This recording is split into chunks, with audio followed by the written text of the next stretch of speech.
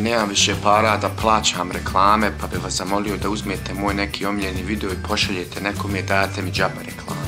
Aj, hvala. Cijelu noć i cijeli dan, gdje god da sam upadam.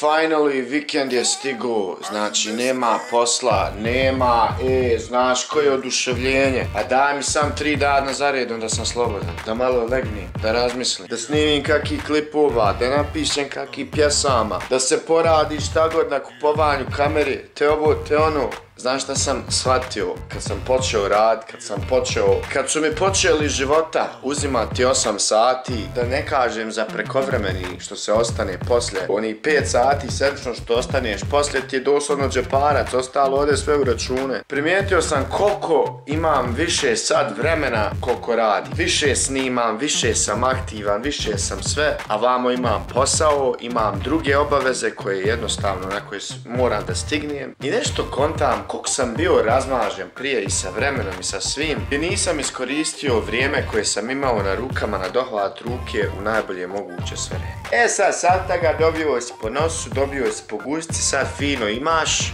jako malo vremena i pošto imam jako malo vremena, ovo mi je stalo do ovoga, moram da ga iskoristim na najbolji mogući način. Jeste li poslali video? Da pošalji video. Stoga naučite iz moje greške, nemojte da zanemarite svoje slobodno i dragocjeno vrijeme, već iskoriste ga kad ga već imate i ako ga imate i radite nešto 100%.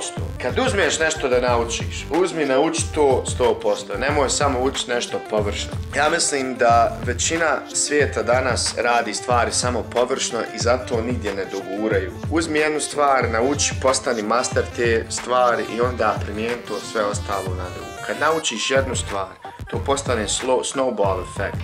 Sve ti krene da ide samo od sebe. Eto, to su my 2 cents for today. I am out of here, man. I am done with it, bruh. I'm about to go party tonight. Sam sekundu snimam vlog, gdje izađi. Ometaju me ovi moji fanovi. Šalim se sad šalim. Da me ne slome fanov kasnije. Čujemo se. Eto, stvarno se nadam da ste poslali nekome ovaj video i dali nekome reklamu. Meni reklamu. Aj, čao.